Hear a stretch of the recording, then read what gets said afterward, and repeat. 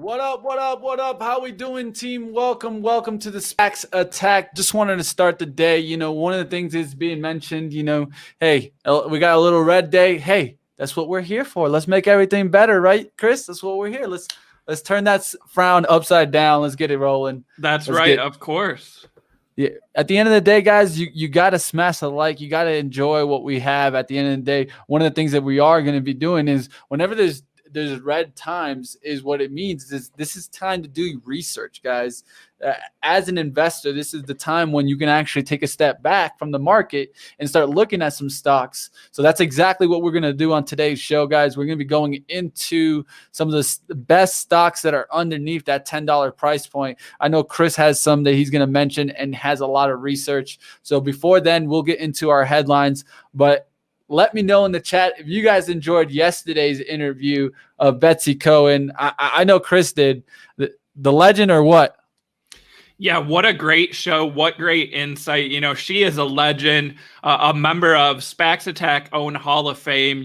It was so cool to hear her thoughts on the overall market and then get the insight on some of those deals, like eToro, Payoneer, Paya, and others, and then she still has several SPACs out there. And, I loved her comments of, the fact that she's going to keep doing SPACs, right? She's not scared away by this because good management teams are going to find good deals and good target companies out there. So while the market may, wash out some of the smaller players, guys, the management teams that have done these deals before, the SPAC market is a good way to bring some of these companies public. So I couldn't agree with her more.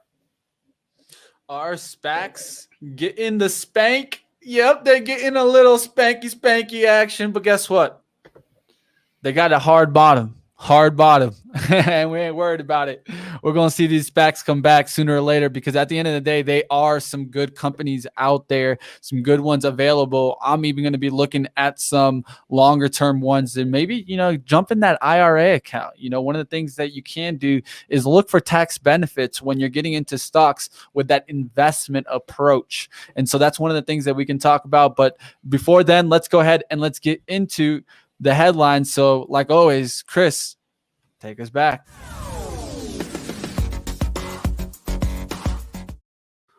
All right, guys. So headlines today. Up first, we do have a merger vote date set. So ticker is ATAC, setting that merger vote date for May 18th. We will add that to our calendar. This is one of the first announcements of a vote date since we got kind of the regulation pressure on warrants. So interesting to see that, maybe we could start to see some new deal announcements for those merger vote dates. So keep an eye out on that. We have seen some positive action around some of these companies the week that they complete the merger process. So this will be another one to watch, ATAC. FTOC, which is bringing Payoneer public. Of course, we had Betsy Cohen on the show yesterday and got to ask her questions about this deal. So Payoneer announced a deal with eBay today, the auction giant company. So eBay is going to continue to manage payments in more countries with the support of Payoneer.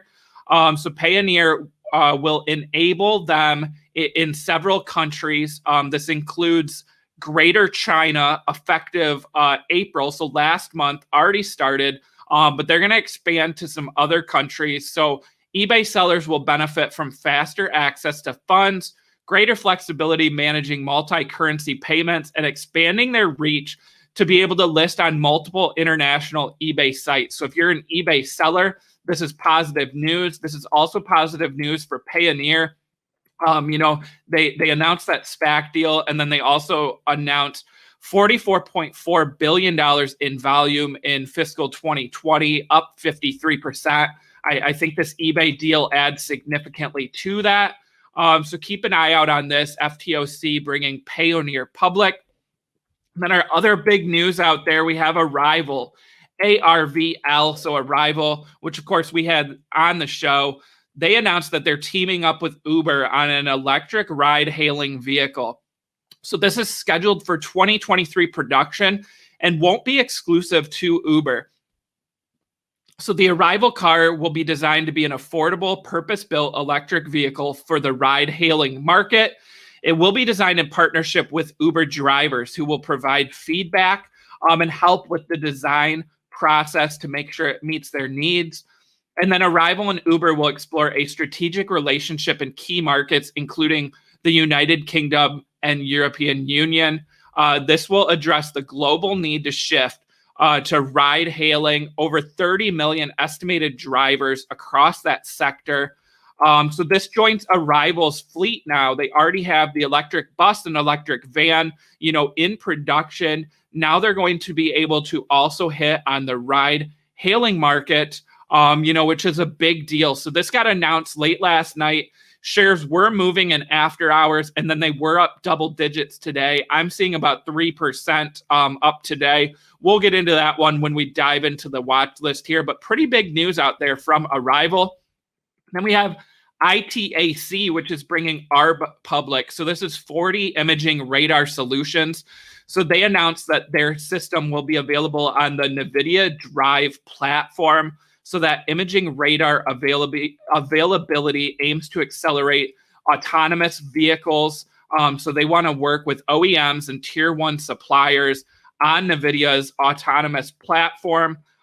This is a scalable software-defined end-to-end AI platform, from the tech giant, and ARB now becoming a partner with them. So they developed the world's first radar to separate, track, and identify objects in 2K. So this is a little bit different than LiDAR. This is another option for vehicles in the autonomous market. Curious to see, how ITAC reacts to this news. There are several auto companies that are not as big of fans of LiDAR, including Tesla, and now NVIDIA providing a solution, with the 4D imaging instead. So keep an eye out there. Then we have Playboy PLBY, one of the best performing SPACs of the year after that de-SPAC process. They have the Nifty Gateway NFT launch today, so keep shares on watch. And yesterday we had MAAC. Shares ended the day up 1% on that deal announcement. And then VSPR. This is interesting. Shares were up 6% yesterday to 1226. Recently completed that de-SPAC process.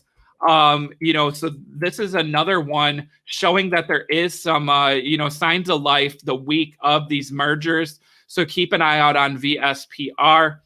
And then our rumor yesterday was that Bitcoin miner Iris is weighing a SPAC deal. This could be Australia's first SPAC listing. Rumor coming from Bloomberg. We have noted several SPACs that could be targeting crypto, GSAH, LFTR, and others. This also could be a SPAC, though, involved with the Australian market. So there are a couple out there. But notable here, a Bitcoin miner. Bitcoin mining stocks, of course, have had quite the run with the interest and valuation increase in crypto. So keep an eye out on this deal. And then we do have one new SPAC offering that just hit the wire not too long ago. So the ticker is VLATU, trading as units. The units are for 1 common and 1/3 of a warrant. Units opened at $10.10. This is a company targeting technology in the Latin American market. So keep an eye out on VLATU. Again, we have not seen as many offerings of late, but a couple of them have traded above $10, those units. So, that could be a good sign that there is some interest in, investors or institutional investors getting in on these units that also offer, the portion of a warrant here. So that's what I've got for headlines. And then we do have, of course, the vote for EXPC set for tomorrow. And then a big earnings week that kind of kicks off tonight for these de-SPAC companies. We have SKLZ Skills reporting after hours. Shares are up about 3% today. And then also MP Materials reporting on the 6th. And DraftKings and Nikola reporting on Friday the 7th. So exciting week ahead. And maybe we can stop some of that red out there with some of these de-SPACs showing, that they do have growth ahead. So that's what I've got to start the show with today. All right, guys. So one of the things that I did see is mention of that VSPR, and one of the industries that I noted yesterday that I could see moving was the healthcare services. And so one of the things that you can clearly see here is VSPR still getting that ride. And that's one thing that you can start paying attention to. So where is that de-SPAC and what industry is it in? How's that industry performing right now at this moment? If it's performing well, then maybe potentially you could get that de-SPAC stock to really start moving in that direction also. So just keeping that in mind. So how do you, a lot of people ask me, how do you find plays, Mitch? How do you look for these? How do you even find this stock? You know, a lot of times what you need to do, guys, is look for industries and work backwards, not frontwards, like looking at a stock and trying to figure out why is it not going up. No, look at industries and try to find what industry you think is going to make that next boom. And then you can look at some plays in that industry, some leaders, some laggard. What are the SPACs in that industry? And that's how you really can develop a strategy out of this. Yeah, and Mitch, I'm seeing a laggard in that healthcare market today. Ticker BFly, Butterfly Network. Looks like down 9% today, and it looks like we're actually getting close to hitting a new low since that SPAC was completed. I'm seeing about 1306, and it looks like the low that we had was 1286 since that deal went through.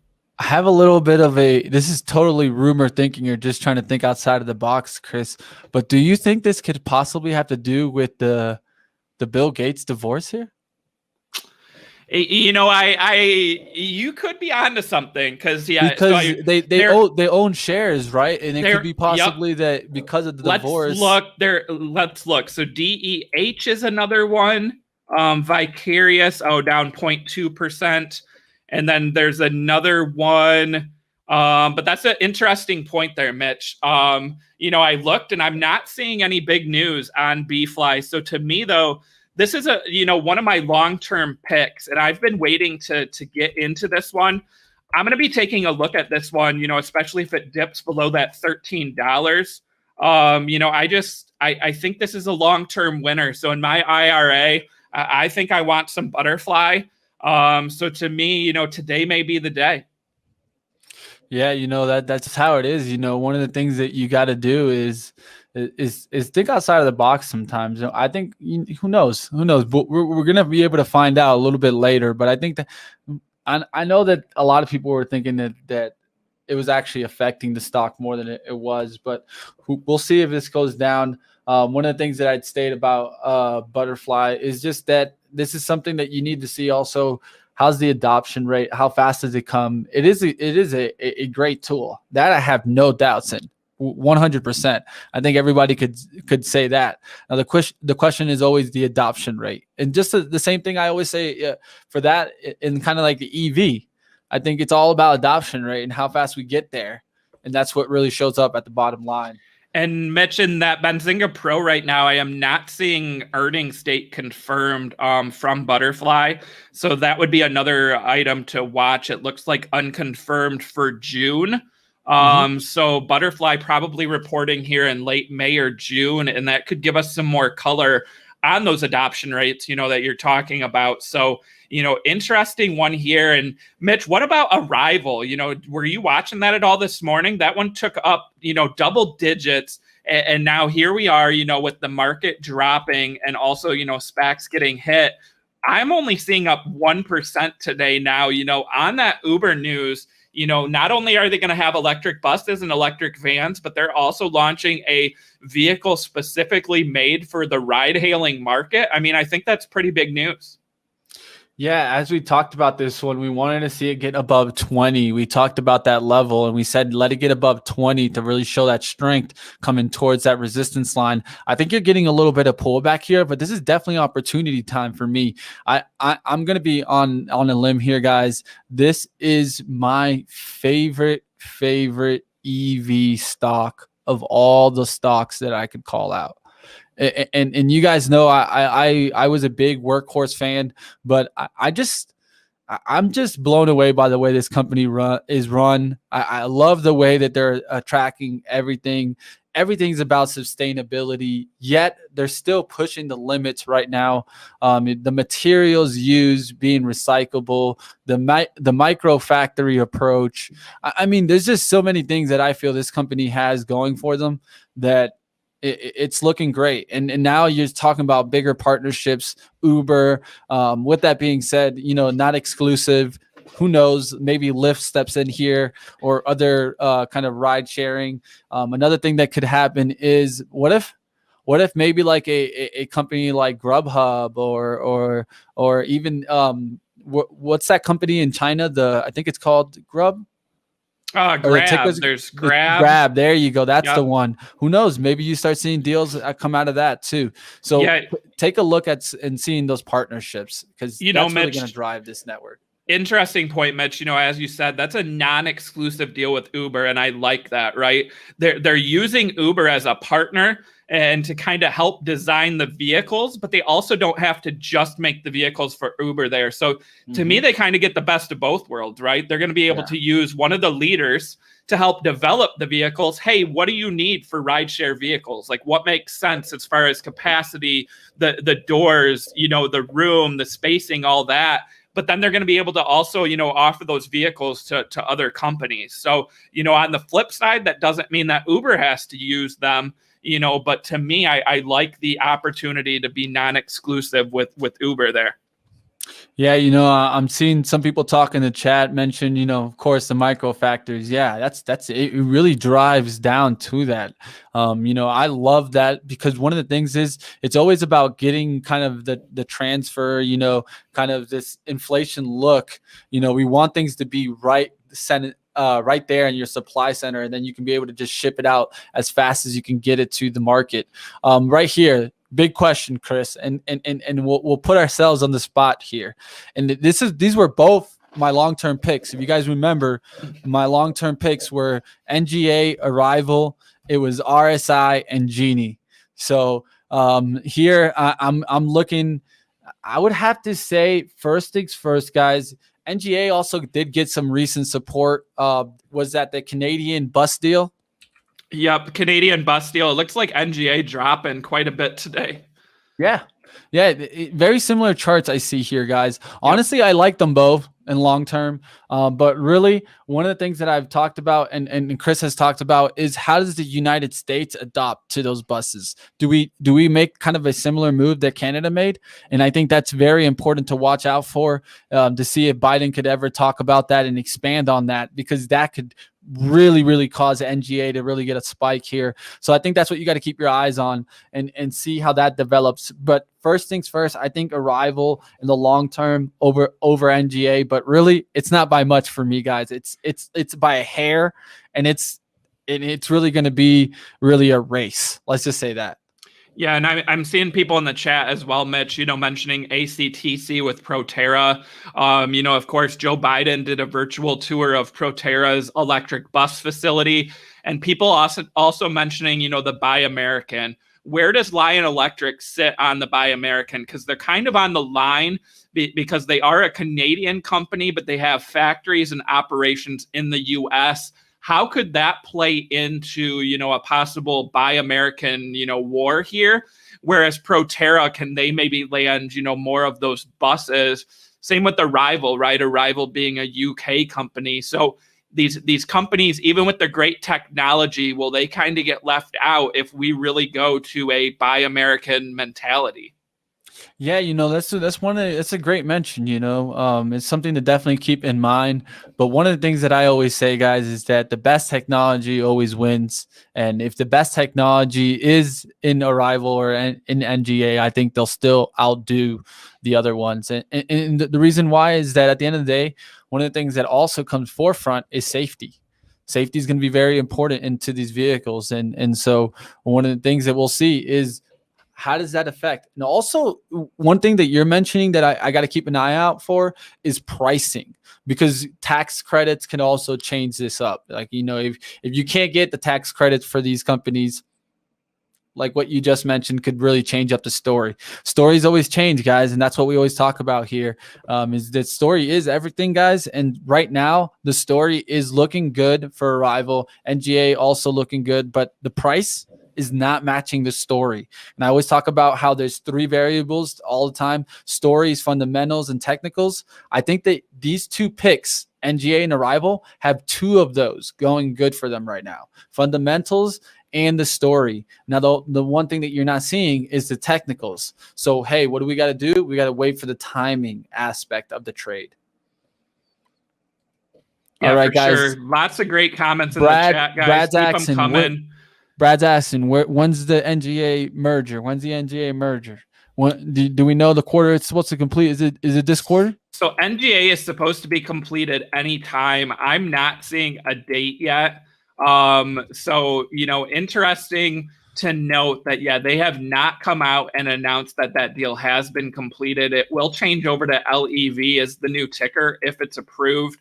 I don't anticipate this one having problems get through, but not sure on the delay here. Remember, we do have the overhang of these companies, having to reclassify the warrant. So to me, because they announced this merger vote date before the warrant talk started, they may have to refile some of their paperwork to show that. And I don't know if that's going to delay the vote more or not. But to me, and I do own shares of NGA, make sure you voted.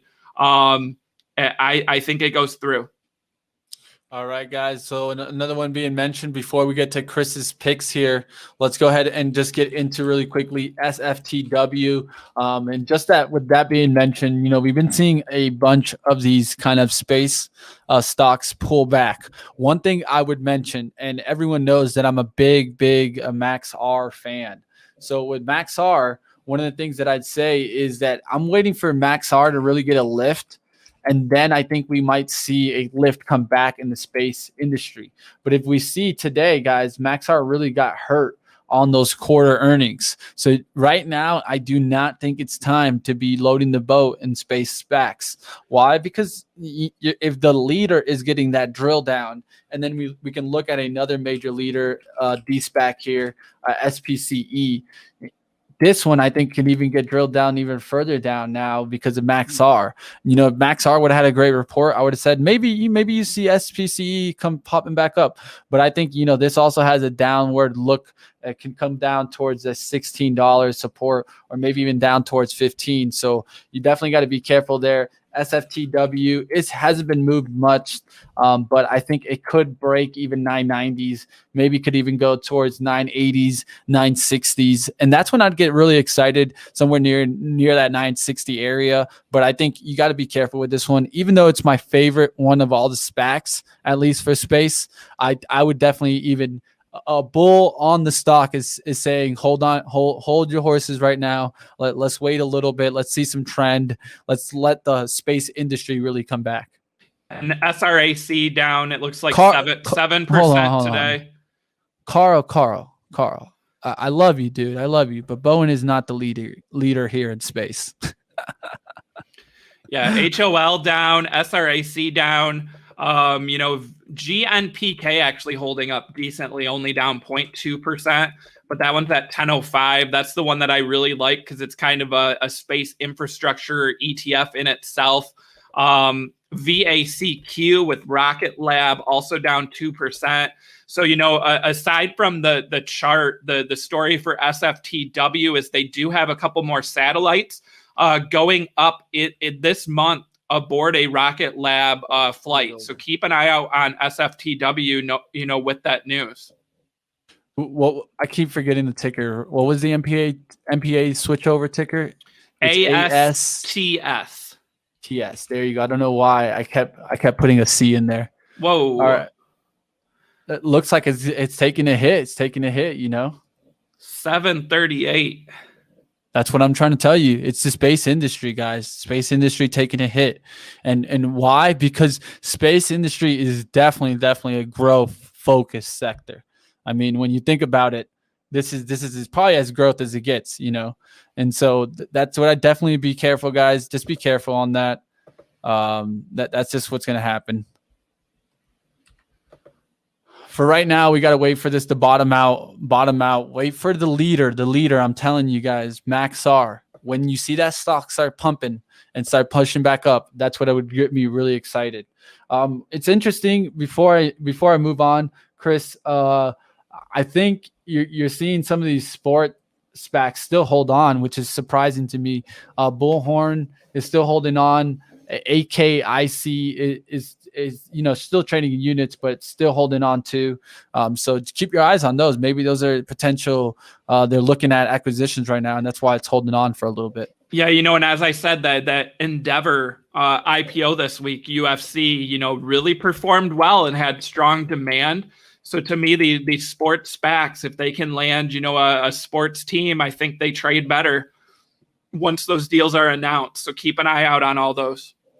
All right, guys, let's go ahead and let's get into our top SPACs here. One of the things that we wanted to do is talk a little bit about some SPACs that are under that $10, and we can start approaching them, put them in the piggy bank like you see them right back there. And then, like always, guys, with the piggy bank, you can't break it just yet. You got to wait till the piggy bank gets filled, right?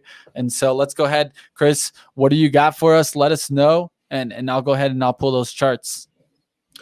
Yeah, and of course, there are a lot of SPACs under $10 right now. Anyone watching this show or following the market, knows that that's a common theme right now. But remember, around that $10 mark, you do have some, some lower risk, right, with the floor price of being able to trade in at net asset value. So that's the amount we really want to tackle here. So we're going to talk about 10 SPACs trading under $10 that have not announced deals. One of these still trades as units. The rest are all common shares. I have talked about several of these before, but want to highlight them again because I think this is a good place, to park some cash and wait for the deal announcement. So up first, we have PUCK, P-U-C-K, Goal Acquisitions Corp. I do own shares of this one. Shares are trading at $9.67.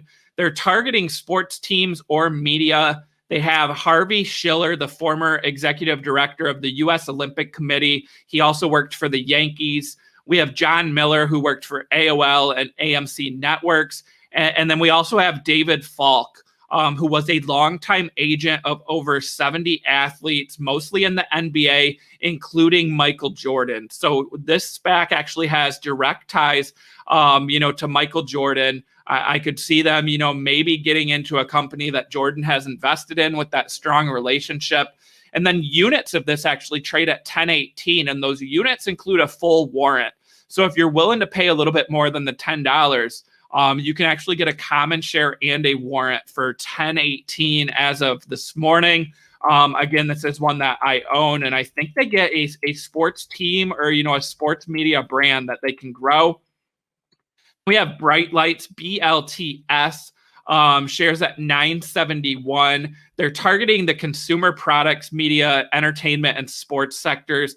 We've seen media, really shine with, the play on streaming. And this is a company that has leaders that have worked with, Dick Clark Productions, MGM, TV Guide Network, News Corporation, and Walt Disney. Also Six Flags. And then also they helped sell Aviation Gin from Ryan Reynolds to Diageo, and founded Mosaic Media Group, which works with Will Ferrell, Jim Carrey, and Green Day. So there is some possibility of whatever company they acquire being able to bring in some of that media talent, to help grow the brand. And, I think that could be a catalyst to watch. This one, if you look at that chart, it has dipped below this level a couple times. But to me, at the 970 mark, I like this one. It's been a favorite of mine for a while. I really like the team, and I think they get, a good media asset here. We have VOSO, Virtuoso Acquisition. Another one targeting media, $9.70. But along with media, they're targeting digital marketing, digital platform, subscription, and ad tech, right? So one of the stories that Mitch has been talking about is that advertising, programmatic advertising, appealing directly to consumers. I think this could be a play on that. They could go after, one of the smaller private companies in that market. They do have the former CEO of Vonage, so some experience in the communications market as well. So keep an eye out on this one. It's not as well known out there. Virtuoso, VOSO. Then we have CLAS, CLAS, CLAS Acquisition, trading at 968. They're targeting education technology, which, remember, Coursera went public this year. So Coursera had their IPO, ticker COUR. Shares are trading at 45. That's above, their IPO level. And the head of this SPAC, Michael Moe, he was the CEO of GS Ventures, which actually was one of the largest investors in Coursera prior to that IPO. He was also an early investor in Palantir, in other companies. And GSV has investments in several EdTech companies. I could see this, with the shift to online post-pandemic, education technology being a growth market, with colleges, high schools, you don't have to do everything in person anymore. So look for this SPAC here to see what they land. Then we have ISOS Acquisition Corp, $9.82, another one targeting digital media, also entertainment listed. This is the co-president and director of World Wrestling Entertainment, and another director from World Wrestling Entertainment attached to the SPAC. And then also Jacqueline Hernandez. She's the former chief operating officer of Telemundo. So in that market, growing the media assets. This is one that I like. And, I recently took a good look at it. Again, that digital media market, I think, is ripe for growth. We have ISLE, Isleworth Healthcare Acquisition. You heard Mitch talk about healthcare. So they are targeting biopharma, medtech, healthcare innovation in North America, Europe, and Asia, trading at 978. Interesting to note that one of the directors of this SPAC is Alan Weiss. He was the president of Disney's Walt Disney Parks and Resorts from 1994 to 2011, which Weiss's name probably doesn't jump off the page in the healthcare field. But to me, I think he's someone who knows how to scale a business, right? We've seen Disney Parks, really take off and be one of their huge growth drivers. And he's brought a board of experienced people, including Michelle McKenna, who has experience with mergers and acquisitions. And she also worked with the NFL on COVID-19 contract tracing, which, is definitely an item to watch given the pandemic for these sports leagues. So to me, I like this one. Then we have ACAH, Atlantic Coastal Acquisition, targeting next generation mobility. This is a $345 million SPAC, trading at 978. Management team doesn't jump off the page on this one, but to me, that next gen mobility really jumps off because, we talk 5G, we talk what's next for mobility. And to me, I want to see some of these, high growth private companies hit the public market. And I'm liking ACAH here, given that target market. And then still in units, we have AFAQU. This is AF Acquisition Corp. Units trading at 995. That includes 1/3 of a warrant. This is a company targeting food and beverage, health and wellness, beauty, personal care, and pet care. Jordan Gasper, she's a managing partner at AF Ventures. She sits on boards of several better for you consumer product companies, including Alpha Foods, Clio, Four Sigmatic, Kid Fresh, Lola, Proud Source Water, and Gainful. A couple executives here have ties to Jamba Juice and the Lovesac. We're seeing Impossible Foods explore a possible traditional IPO or SPAC. We've seen Beyond Meat. We've seen some of these, better for you food companies Go public. And I'm liking, getting some plays here because I think we see more of that. And I do think it's a growing segment and also acquisition targets down the road for some of these large, food giants. So keep an eye out. AFAQU, again, $9.95. You get a unit, which is a common share and a third of a warrant. Then we have GPAC, Global Partner Acquisition 2, trading at $9.90. Now, this is the second SPAC from the group that did purple, ticker PRPL, trading at $33. They're targeting consumer, food, and branded products, e-commerce, and retail disruptors. $300 million. Again, experience with getting the purple deal done. And again, I really like those markets, the consumer, the food, e-commerce, maybe an omni-channel play here. So keep an eye out on that one. And then we have AMPI, Advanced Merger Partners, trading at $9.76. This has Alejandro Santo Domingo, who's an executive with Anheuser Busch. So keep an eye out on this one. That's my 10 under 10. And then also want to shout out, we talked options recently, right? So there are several trading under $10 that have not announced deals that also have options available. So that list, I think we can put up on the screen here. Down at the bottom there. So ALTU, BTAQ, BWAC, CCAC, CCV, CONX, FPAC, IGAC, LFTR, PIPP, RBAC, and XPOA. I do own shares of several of these. I did recently buy options of IGAC. Again, a good way to play some of these pre-deal announcement is to buy the $10 calls. And then, when the deal is announced, those options normally pop. And the downside risk here is if the deal is not announced by the option expiration time, you can redeem your option, get those common shares. You can either sell the common shares or hold on to them. And you do have the option to always trade them back in at net asset value. So it's really a lower risk way of playing these versus warrants, where warrants, only become redeemable at that $11.50 mark. Options give you a little bit more flexibility if you play the $10 line. So that's what I've got, Mitch. 10 under 10. And then again, guys, another way to play with these SPAC options. Yeah, definitely. One of the things that we're going to start paying attention to more is those SPACs options. But definitely one of the two that I'd mention, guys, is, of course, I'd mention DMYQ. That's definitely one of my long-term plays underneath this $10 price point. I do like this one long-term, guys. At the end of the day, I think the technology is definitely there for disruptive innovation. So definitely pay attention to that one. And then PIPP doesn't have anything there yet, but I think this is definitely one to have in the belt. I think that when this one gets announced, it's going to be big. So that's PIPP. Those are my two plays there that I definitely would stay with as they're underneath that.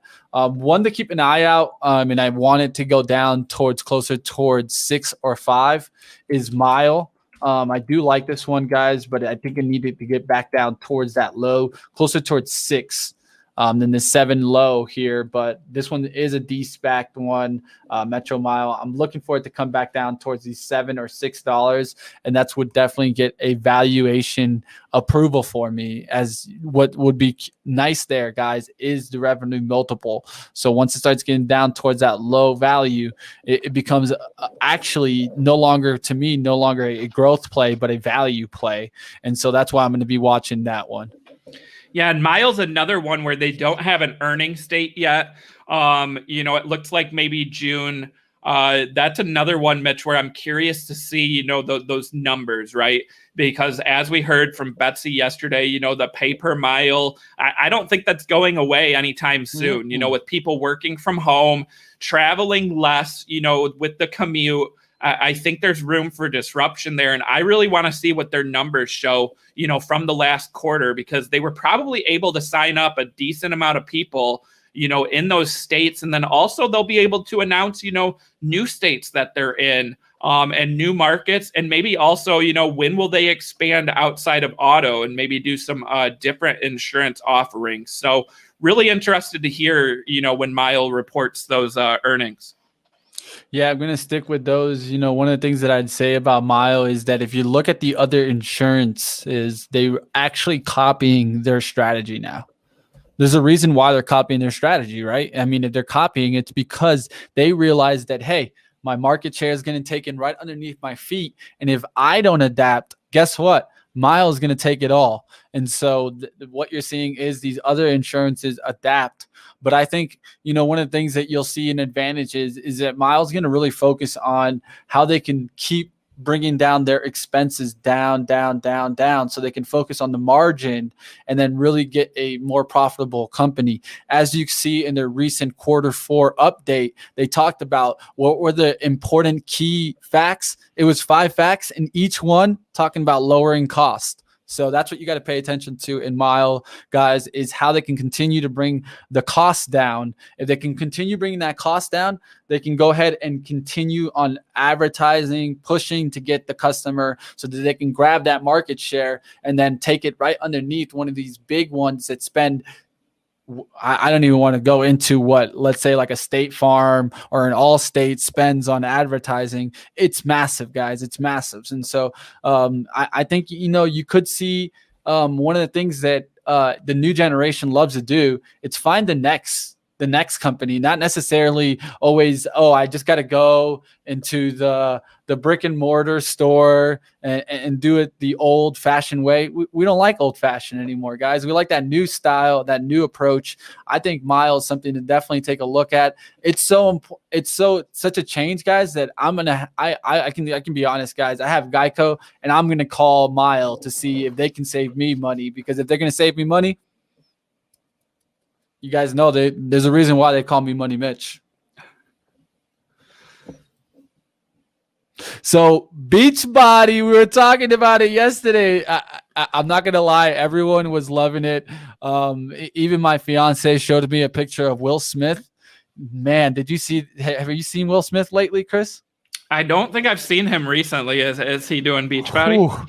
No, my man does not have no Beachbody right now. My man is not ready for Miami. My man got a gut. He had maybe he's like a jacket out. Maybe he's got a movie role that he needed to get in unshaped for. Maybe that's what happened. He said it. The pandemic gut, man. I think it's something that we're definitely going to see people want to go ahead and burn through. So, hey, we'll see how that kind of moves. But that's another one to take a look at for the long term. I mean, this is underneath 10, right?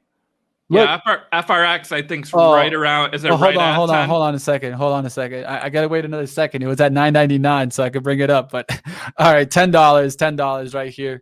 FRX. This is one to definitely keep an eye out. I think long term, Shaq knows what he's doing. I know as much as people want to hate on Shaq, the guy changed his game. The guy's no longer just a Hall of Famer basketball player. The guy's a Hall of Fame business owner, and that's what one thing most people just don't understand about Shaq. Yeah, if I'm FRX, here's the ultimate, Mitch. What do you think of this? So FRX was a SPAC that had Shaquille O'Neal attached to it, and then there's a beverage brand that's owned by the acquiring or the company they're acquiring that was started with LeBron James and Arnold Schwarzenegger. So if I'm Beachbody, if I'm MAAC Fitness, if I'm this new company, I go after those 3 people that you have ties to and get them to launch a new product, launch a new line, or be the face, of your new company. So Beachbody, obviously, they've got their trainers, but, get out there with some of those celebrities, build that brand awareness right now. You don't see a ton of companies that all can say, hey, we've worked with Shaquille O'Neal, we've worked with LeBron James, we've worked with Arnold Schwarzenegger. I mean, get it going. I think that's growth there. I'd have to agree with SNR here. Every time that someone wants to hate on Shaq, they always hate on SPACs. They always mention Shaq. I think it's because it rhymes a little bit. Shaq, SPAC. It's easy to say. It rolls off the tongue. It rolls off the tongue. That was my article. It was the Shaq SPAC. But again, it's the Shaq SPAC with 3 former Disney executives is what the article said. But Shaq SPAC, it rhymes. It's easy. But yeah, Kevin Meyer and those other Disney executives know what they're doing, with FRX. And then we also have FRXB, their second SPAC, with the same management team. Guys, I see lots of great comments in the chat. I saw Chris, also mentioning there's lots of SPACs out there, under $10. Guys, you're right. I had a hard time picking 10 today. I really tried to pick the lowest price 10 or ones that maybe I haven't brought up before, so like Puck, and Bright Lights I have brought up before, but they're trading, at 970. That's pretty low. Even for SPACs right now that have not completed deals or announced. Again, once that de-SPACing goes through, the floor goes away. You saw it with Mile, you've seen it with Clover, you've seen it with, a lot of these other players. They're below $10.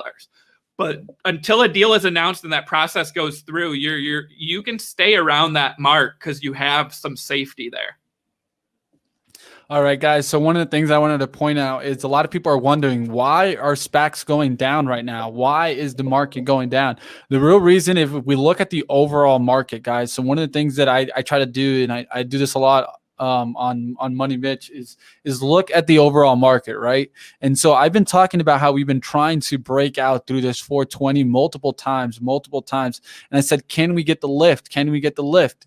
I thought with the great earnings reports that we were getting in the early week and last week that we were going to get that lift.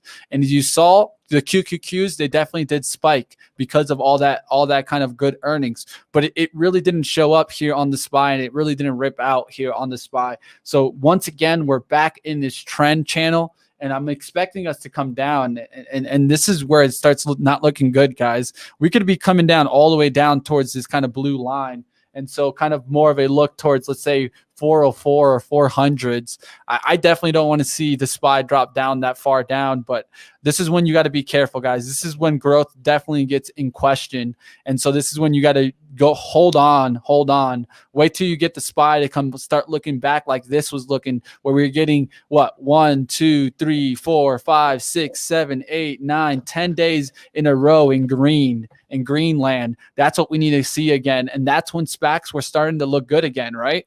And so now that we had this moment of consolidation at the top of the trend, now we're starting to actually pull back towards the support. Let's see if we can catch support and get back up there, because if we break this trend, then it's not going to be looking good on the downside for a downside move here. So I just wanted to talk about the overall market there, because it is important. I know some people say that, oh, but it's SPACs, you don't have to worry about what the overall market is doing. No, I think that's completely the opposite. A lot of the times you do got to stay with the overall market. It's going to help you, because especially if you're a trader. I mean, if you're just an investor and you're just here to sit for like 10 years, I mean, then, just sit back, relax, and wait. But for a lot of people that are trying to trade these SPACs, get in for the swing trade, that's where you really get caught, is when the whole overall market just pulls back on you and you're like, but the setup was there, but the market wasn't. Yeah, and I mean, we're going to have to pay attention to some of these earnings reports this week. As Mitch said, Apple, Amazon, some of these big giants reported, and, it didn't do their shares a ton of positivity out there, because, growth has gone away a little bit. But with the SPACs are a little different, and some of these de-SPACs, we need to see the revenue, we need to see the forecast. So, Skills, which has been the target of, short reports, over actually how they, identify their revenue and acquisition cost. They report tonight. That one could, it could swing, either way, depending on what they have to say and how they respond to some of those allegations. DraftKings is what I'm watching this week. And Mitch, on that chart for DraftKings, it actually looks to me like they are about to hit a 3-month low on their shares today, and they report in 2 days. And their report is going to be for, March Madness, right? When we saw some record numbers. So, how will the market react, though, if they turn in a stellar quarter? Is it going to matter what kind of earnings they had, what kind of profitability they had, what kind of revenue they had, or what kind of user growth they have? So to me, that's interesting, but I'm definitely watching DraftKings and, MP Materials this week. Another one of my long-term favorites. So what do you think, Mitch? DraftKings? Guys, you guys can make fun of me, my drawing skills, definitely make fun of them, but this does not look good. The reason why it does not look good is that looks like a head and shoulders pattern to me, with the peaks on the shoulders here and that kind of head look. This is a bearish look, guys. It could crack this support underneath it and head down towards the next support. Next support would be all the way down towards kind of this area here, which is the 48s, 47 look. Let's see if we get down towards that level. One of the things that we definitely would need to see is a good earnings report to smack it right back to 60. Then it could look like, okay, we just got a third bottom, a fake wick out here, close towards that 52. I was looking at this industry and I actually like the overall industry, but that turnaround there isn't the best look there. And it really happened when we started cracking kind of this trend line. Let me see if I can draw this for you. And so one of the things that we want to look to see is if we can get back above this, because it was kind of on this sideways trend. And I've always talked about it with DKNG. As long as we can continue in this upward trend, then we're looking good. But now we're starting to test these bottom lines where we've tested before. And if we continue to break here and get a big volume push down, it could start cracking some levels. I was looking at Penn as the leader in this industry, and I was looking to see if it could come back towards 100, but it's not looking good. I wanted this one to get back up here towards 95 and 100 look, but it's looking like we could test that back down towards the support, which would be kind of towards this 80 look on Penn. So definitely look out, as we've also seen RSI look like it's coming down. Yeah, I was going to say RSI, it looks like it hit a new low today since the de-SPAC. So yep. Same thing. Another low over the 3 months. I really want to hear DraftKings report, right? Because that's a pure play on online. Penn's a little bit more tied to the regional side of things and the physical casinos. So they've been, an online sports betting play, a reopening play, kind of both. Whereas DraftKings, it's online or bust, right? That's their business. So really want to hear what they have to say this week. Yeah, definitely. I would have to agree with some of the chat talk. We're talking in there in the chat about kind of some of the SPACs that Carl mentioned. There's some SPACs that I think will take that 3 to 5 years to really show up and really take over. And we have to really be kind of thinking about what some of these SPACs are.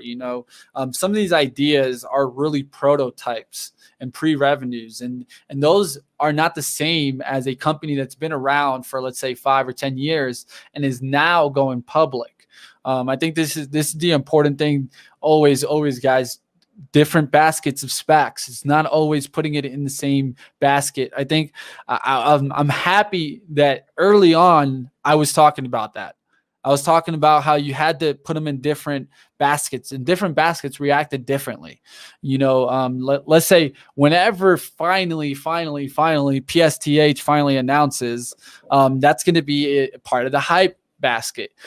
Regardless of whatever company they get, is going to be a hype stock, a hype SPAC. And so those are in different baskets. And let's say something like an RSI, or even let's say we recently did lottery.com.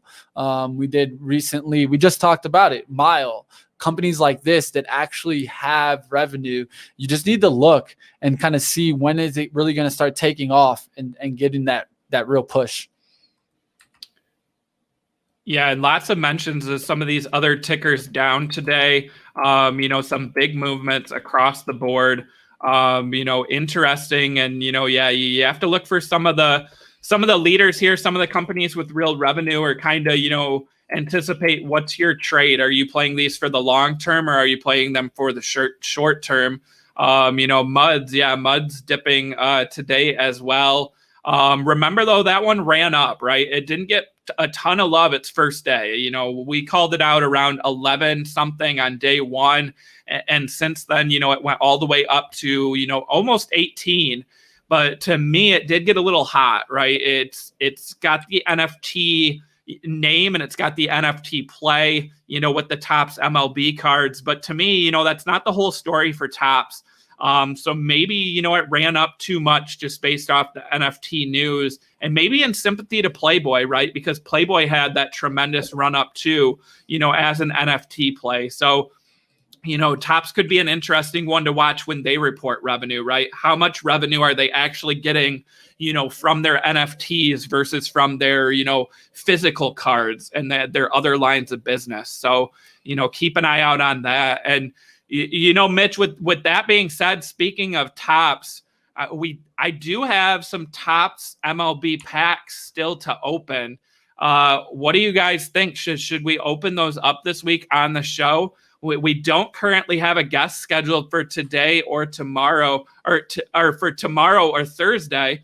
If you guys want to see me open some Tops NFT packs, go ahead and press 1 in the chat, and maybe we'll do another show talking Tops.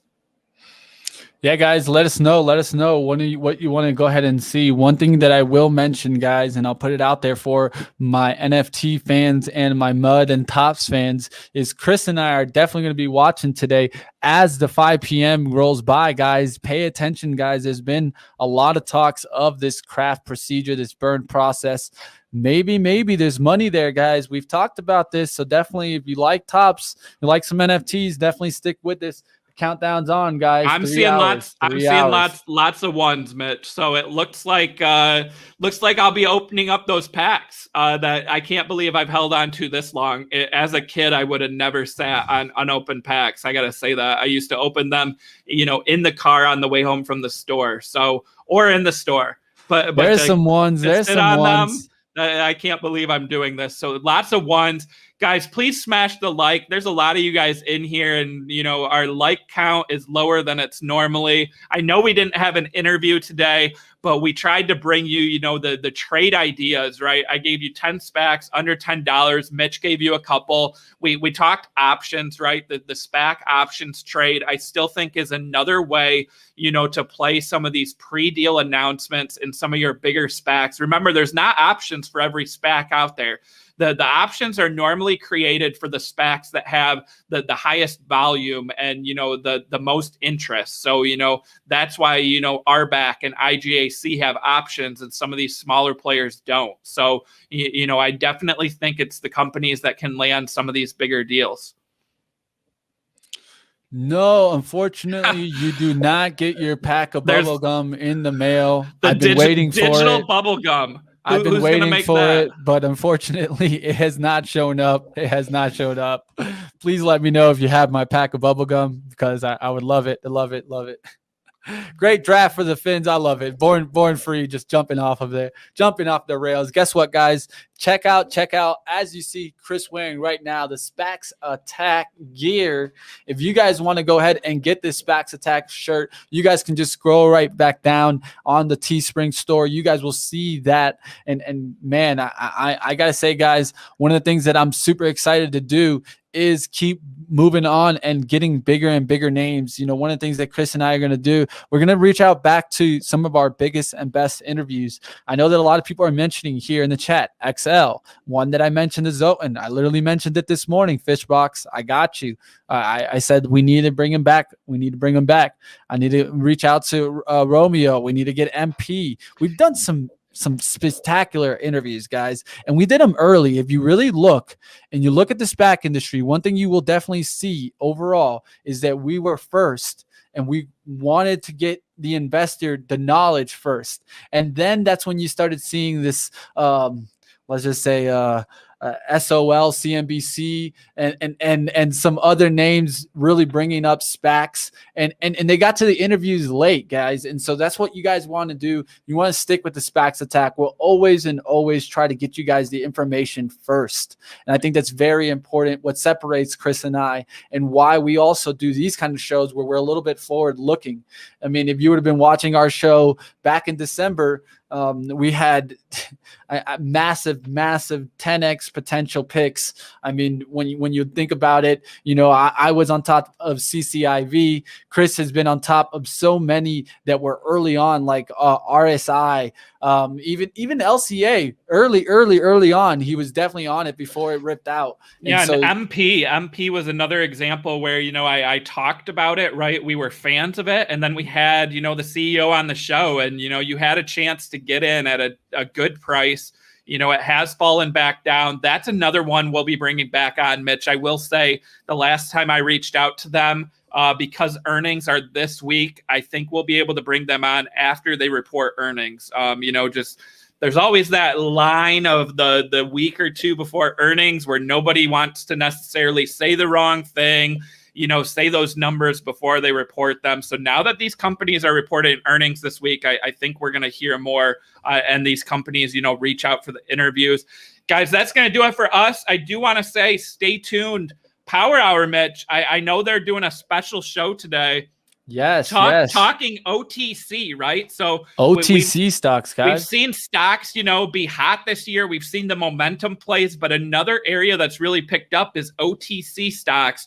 So they're going to be doing, you know, several interviews with CEOs of OTC companies. I think Spencer's going to be doing some of those interviews. You know, he's one of the I'm not going to say the best because, you know, but he's one of the better interviewers that Benzinga has. He's been doing this for a long time. So shout out to Spencer. And yeah, these OTC stocks, stay tuned. Power Hour. Yeah, guys, we got Tough, we got Hive, we got VSPGF, we got SYSX, and also you got Golden Matrix on Power Hour, guys. Coming up next, guys. Stay tuned. This will get you right over there to that Power Hours. No, you don't got to go anywhere. Want to give thanks. Definitely thanks. I love it, guys. Definitely stay tuned. Carl, up next. Just stick right here. You don't got to go anywhere. Yeah, stay here and then join us tomorrow and Topps NFT packs. But guys, don't go anywhere. Watch Power Hour. Yeah, I'm super excited. I mean, Chris could sell these packs right now for 10x. I would probably yell at him and tell him to sell it for 10x, but he feels that he wants to do it for the show. So give Chris some love. Let him know, guys, and we'll see you next time on the SPACs. Bye, everyone.